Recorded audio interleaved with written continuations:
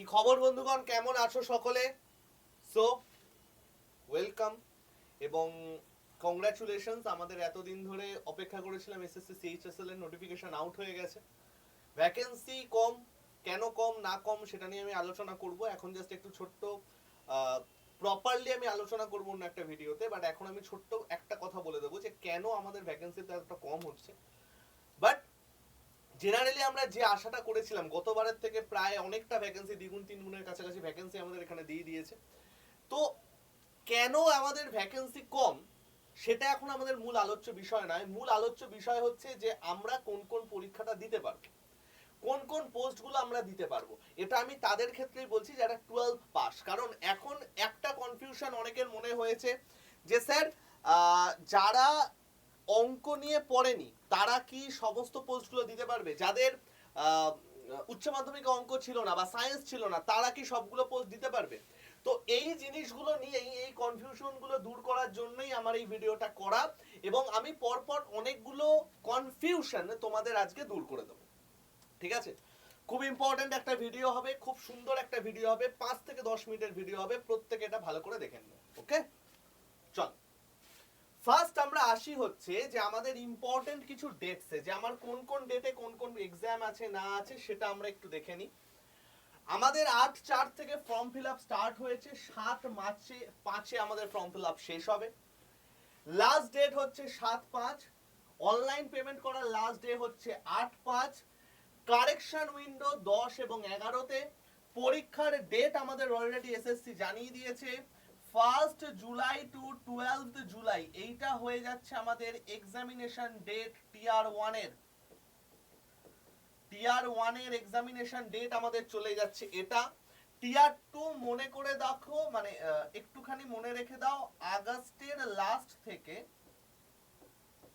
সেপ্টেম্বরের first second এই টাইমের মধ্যে আমাদের হয়ে যাবে, সেপ্টেম্বরের ফার্স্ট সেকেন্ড। তোমরা দেখেছো লাস্ট দিন আমি তোমাদের দেখিয়েছিলাম যে সিএইচএসএল এর এক্সাম ডেট আমি যা বলেছিলাম সেটাতেই এসেছে। ঠিক আছে, তো এই হয়ে যাচ্ছে আমাদের টোটাল গল্প। ইম্পর্টেন্ট ডেটস গুলো আমরা এক নজরে সবাই দেখে নিলাম।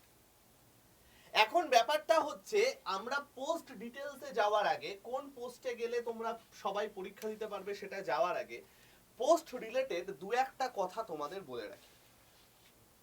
আমাদের এই বছরে ভ্যাকেন্সি এসছে কতগুলো? 3712। কেন এত কম?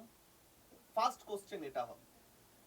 সিএইচএসএল এর আন্ডারে আগে 5খানা পোস্ট ছিল, জুনিয়র সেক্রেটারিয়েট অ্যাসিস্ট্যান্ট বা lower division clerk LDC, DEO data entry operator, DEO grade A, DEO grade A different ministry হয়, এটার আরেকটু বেটার লেভেলের পোস্ট। পোস্টাল অ্যাসিস্ট্যান্ট, যেটাকে পিএ বলা হতো, এটা পার্সোনাল অ্যাসিস্ট্যান্ট নয়, পোস্টাল অ্যাসিস্ট্যান্ট, যেটা 10+2 এর একটা পোস্ট। এবং আরেকটা পোস্ট ছিল যেটা হচ্ছে সেক্রেটারিয়েট অ্যাসিস্ট্যান্ট বা এসএ বলা হতো। বাট রিসেন্ট টাইমে এই দুটো পোস্টকে আর সিএইচএসএল এর মধ্যে রাখা হয় না, এটা সিজিএল এ ঢুকিয়ে দিয়েছে। এটা আর সিএইচএসএল এর মাধ্যমে এর কোনো পোস্ট হয় না। জেনারেলি সিএইচএসএল গ্রুপ সি এবং গ্রুপ ডি লেভেল ভর্তি করায়, group C level mainly, group D level খুব একটা করায় না। গ্রুপ ডিটা এমটিএস এ চলে যায়, গ্রুপ সি লেভেল ভর্তি করায়। এবং এখন মাত্র এই 3টে পোস্টের জন্য আমাদের পরীক্ষা হয়, এবং এই 3টে পোস্টের জন্য পরীক্ষা হয় বলেই এখন এইটা অ্যাপ্রক্স আমাদের ভ্যাকেন্সি দিয়ে দিয়েছে। অ্যাপ্রক্স ভ্যাকেন্সি মানে পরে ভ্যাকেন্সি আমাদের বাড়তে পারে, কমতেও পারে, বাট কমার চান্স কম। মেনলি আমাদের ভ্যাকেন্সি বাড়ার দিকেতেই থাকে। আমরা সিজিএল তার একটা হিস্ট্রি আছে যে ভ্যাকেন্সি কিন্তু বেশ কয়েকটা বেড়ে গেছিল, খানিকটা বেড়ে গেছিল। তাই যেহেতু এখন এই 3টের জিনিসের উপর আমার পরীক্ষা হয়, সেই জন্য আমাদের এখন ভ্যাকেন্সিটা একটু তুলনায় কম আসে। এবং তুমি যদি গড়ে দেখো প্রত্যেকটার জন্য গড়ে 1000-1200 করে পোস্ট আছে। This is not a matter of joke. প্রত্যেকটা পদের জন্য আমার প্রায় 1200-র কাছাকাছি পোস্ট কিন্তু অ্যাভেলেবেল, যার জন্য সিএইচএসএল এই সিজিএল একটা হিউজ ভ্যাকেন্সি আমরা দেখতে পাই। প্রচুর পোস্ট আছে ওখানে, এবং তার আন্ডারে মোটামুটি ধরে নাও বেশ খানিক খানিক করে পোস্ট করে 8-10 হাজারের কাছাকাছি পোস্ট চলে যায়। কারণ আমার ওখানে অনেক ভ্যাকেন্সি আছে এই জন্যই, কারণ পোস্ট সংখ্যা অনেক। যেহেতু আমার এখানে পোস্ট সংখ্যা কম, সেই জন্য আমার এখানে এতটা কম দেখতে লাগছে। বাট সেটা দেখে তোমরা ওই রকম ভাবে দেখো না, তোমরা রেশিওটা বোঝার চেষ্টা করো যে ভাই প্রত্যেকটায়, যদি আমি 3টে পোস্ট এখানে নিই, প্রত্যেকটায় প্রায় 1200 প্লাস পোস্ট আছে, 3×12 3600 হয়, তার থেকে একটু 100 বেশি। তো এটাও কিন্তু খুব একটা কম নয়। এবং আমাদের এই পোস্টের দ্বারা কোন কোন ডিপার্টমেন্টে তোমার পড়বে সবকিছু, কোন কোন ডিপার্টমেন্টে তুমি চাকরি করতে পারবে। সিবিআই হয়, আইবি হয়, বিভিন্ন ডিফেন্সের যে মিনিস্ট্রি আছে, ডিফেন্স মিনিস্ট্রি,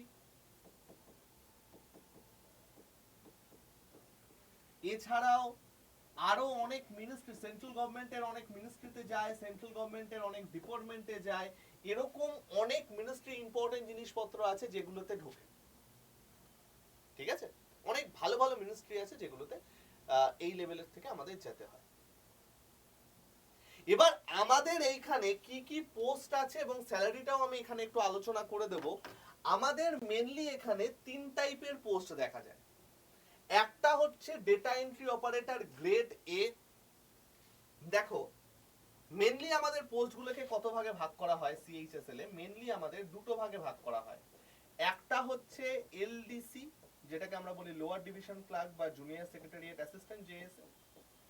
আর একটাকে বলা হয় হচ্ছে ডিইও বা ডেটা এন্ট্রি অপারেটর। ডিইওর দুটো পার্ট হয়, একটাকে বলা হচ্ছে ডিইও নরমাল, যেটা আছে সেটা data entry operator normal DEO. আর একটা হচ্ছে গ্রেড এ। গ্রেড এ মানে সব থেকে একটু ভালো লেভেলের জব, এটা হচ্ছে data entry operator grade A, এদের স্যালারি অনেক বেটার থাকে।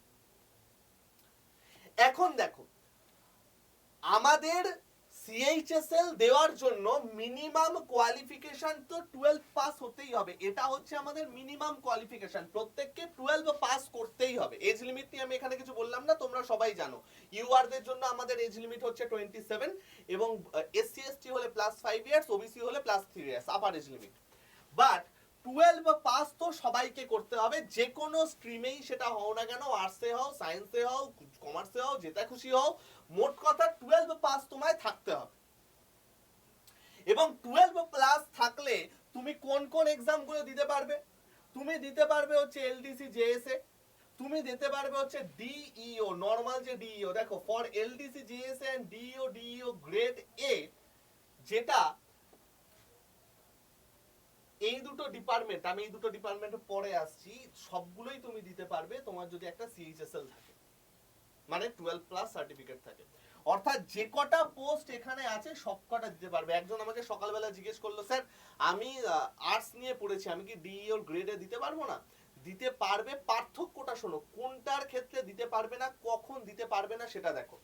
দেখো এইখানে পরিষ্কার করে একটা কথা বলে দেওয়া আছে যে যারা এলডিসি জেএসএ ডিইও এবং ডিইও গ্রেডে দিচ্ছ, except DEOs in the Department of Ministry mentioned in para 1 above, এটা আমরা আসছি, candidate must have passed 12 passed of equivalent examination for a recognized post or university।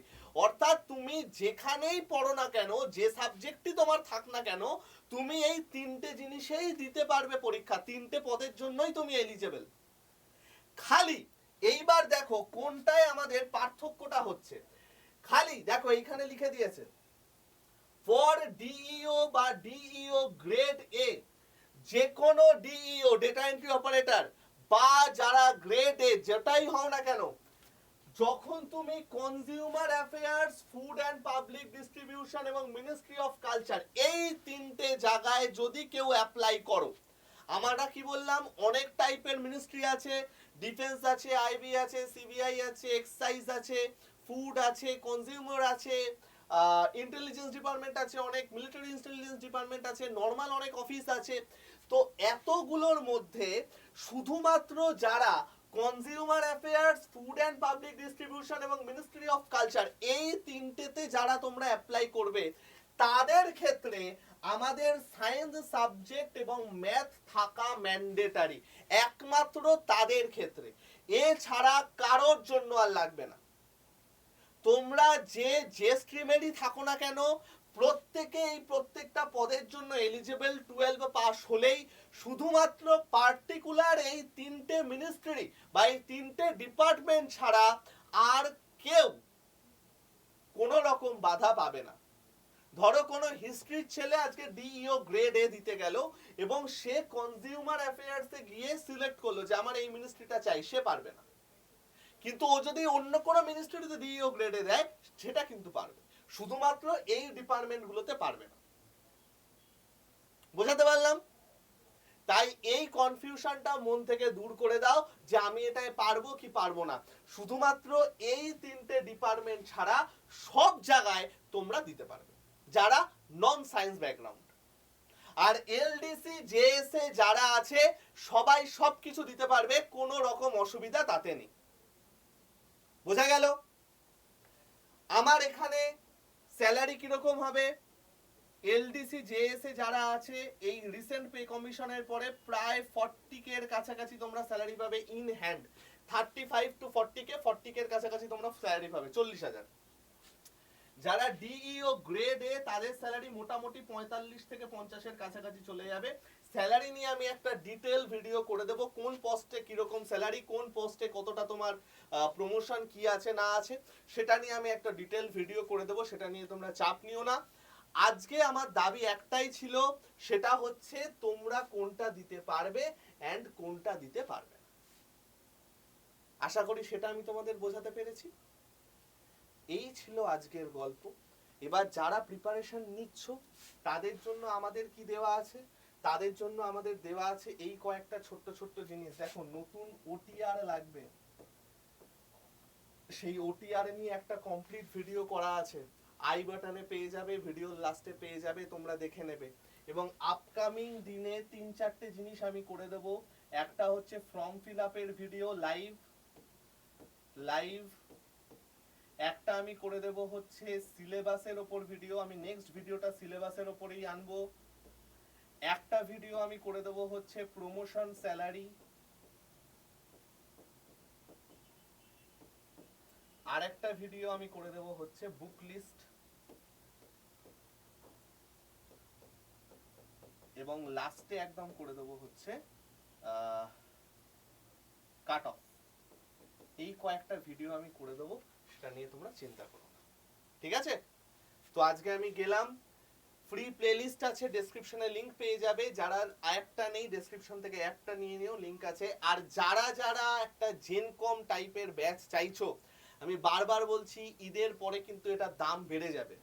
5টা হার্ড কপি বই পাবে, current affairs এর ইবুক পাবে, অফলাইন গাইডেন্স পাবে, সাইকোমেট্রি test যেটা রেলের পাস করে যাওয়ার পর লাগে, যেটা না ছাড়া চাকরি পাবে না, টাইপিং টেস্ট যেটা সিজিএল সিএইচএসএল এসএসসি সব পরীক্ষায় লাগে, ক্লার্কশিপে লাগে, এই সব কিছু কিন্তু ফ্রিতে এর মধ্যে থাকবে। Not only that, SSC related যত ব্যাচেস আছে আপকামিং সবগুলো কিন্তু এতে ফ্রিতে অ্যাড হয়ে যাবে।